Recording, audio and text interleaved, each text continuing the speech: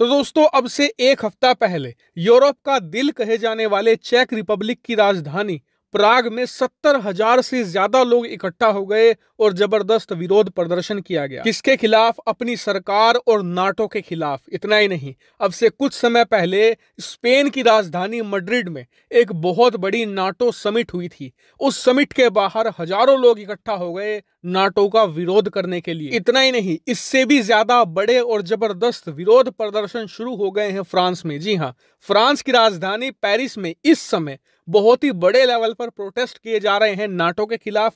और प्रदर्शनकारियों का कहना यह है कि फ्रांस नाटो से बाहर निकले, क्योंकि नाटो हमारे देश को बर्बाद कर रहा है। नाटो की गाइडलाइन है कि अपनी जीडीपी का लगभग 2% हमें हर साल अपनी सेना पर खर्च करना पड़ता है, जबकि हमें सेना की इतनी खास जरूरत है नहीं। हमारे आसपास कोई हमारा दुश्मन भी मौजूद नहीं है। ऐसे में हम उस पैसे को पब्लिक वेलफेयर में खर्च कर सकते हैं। इतना ही नहीं, नाटो वार को प्रमोट कर रहा है यूक्रेन में, लगातार हथियार भिजवा रहा है और उस वजह से फ्रांस को भी हथियार और पैसा भेजना पड़ता है यूक्रेन में। और इस युद्ध की वजह से जो तेल की कीमतें हैं वो इतनी ज्यादा बढ़ गई हैं कि हमारे देश में इन्फ्लेशन कई कई दशकों के रिकॉर्ड तोड़ रहा है। लोगों की महंगाई से कमर टूट चुकी है। इसलिए बेस्ट सोल्यूशन ये है कि फ्रांस नाटो से बाहर निकले।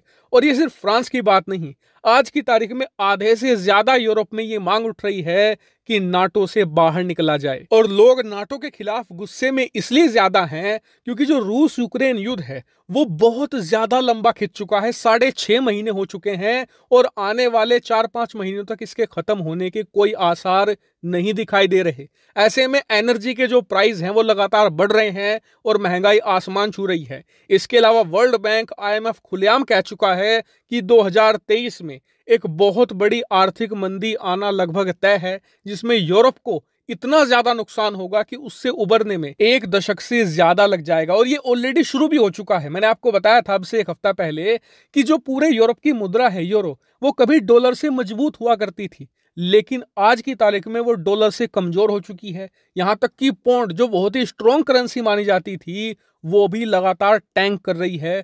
और यूरोप के जो बड़े बड़े देश हैं जैसे कि जर्मनी, ब्रिटेन, फ्रांस, यहां पर महंगाई ने 30-30, 40-40 साल के रिकॉर्ड तोड़ दिए हैं। यहां तक कि जर्मनी में वर्ल्ड वॉर 2 के बाद आज की तारीख में सबसे ज्यादा महंगाई का आंकड़ा है। और यूरोप के लोग अब यहां पर दिमाग से सोच रहे हैं कि अगर रूस यूक्रेन युद्ध शुरू ना हुआ होता तो हमें रूस से सस्ती गैस और सस्ता तेल मिल रहा होता, जिससे कि महंगाई ना बढ़ती और सब कुछ अंडर कंट्रोल रहता। लेकिन ये तो हो गया जनता का पक्ष। जो सरकारें हैं उनका क्या कहना है वो भी आपको जानना चाहिए। तो देखिए, ज्यादातर सरकारें ये कह रही हैं कि हमें नाटो से बाहर नहीं आना चाहिए, हमें इस समय यूक्रेन का समर्थन करना चाहिए, क्योंकि रूस को रोका नहीं गया तो आज तो वो यूक्रेन कब जाएगा, कल को पोलैंड का नंबर आएगा, परसों जर्मनी का नंबर आएगा और ऐसे ऐसे करके हम पूरा यूरोप गंवा बैठेंगे। और इसीलिए हमें नाटो से बाहर नहीं आना चाहिए, नाटो को नहीं तोड़ना चाहिए, क्योंकि नाटो पूरे यूरोप की सुरक्षा की एक गारंटी है। अगर ये सुरक्षा कवच हट गया तो रूस हमारे बीच में फूट डालकर हम सभी को कब्जा लेगा एक एक करके। इसीलिए नाटो को एकजुट रहना चाहिए और रूस को ज्यादा से ज्यादा समर्थन देना चाहिए ताकि हम उसे वहीं से खदेड़ दें। लेकिन यूरोप पर नजर रखने वाले कई बड़े एक्सपर्ट कह रहे हैं कि जो ये लॉजिक है ये लंबे समय तक नहीं चलने वाला, क्योंकि यूरोप की जो जनता है उनका माइंडसेट ऐसा है कि उन्हें आलीशान और शांति प्रिय जिंदगी जीना पसंद है। ऐसे में अगर महंगाई बढ़ती है तो उनके लाइफस्टाइल में बदलाव आता है, वो ज्यादातर आलीशान चीजें अफोर्ड नहीं कर पाएंगे। इसीलिए यूरोप के अंदर जैसे जैसे रूस यूक्रेन युद्ध लंबा खिंचता चला जाएगा, महंगाई भी बढ़ती चली जाएगी और एंटी नाटो प्रोटेस्ट भी लगातार बढ़ते चले जाएंगे। हालांकि मैंने आपको सरकार, एक्सपर्ट और जनता तीनों का व्यू पॉइंट बता दिया है। अब आप लोग मुझे अपना जेन्युइन कमेंट दीजिए कि तीनों में से कौन सही है। फिलहाल इस वीडियो में इतना ही। Thank you very much for watching video.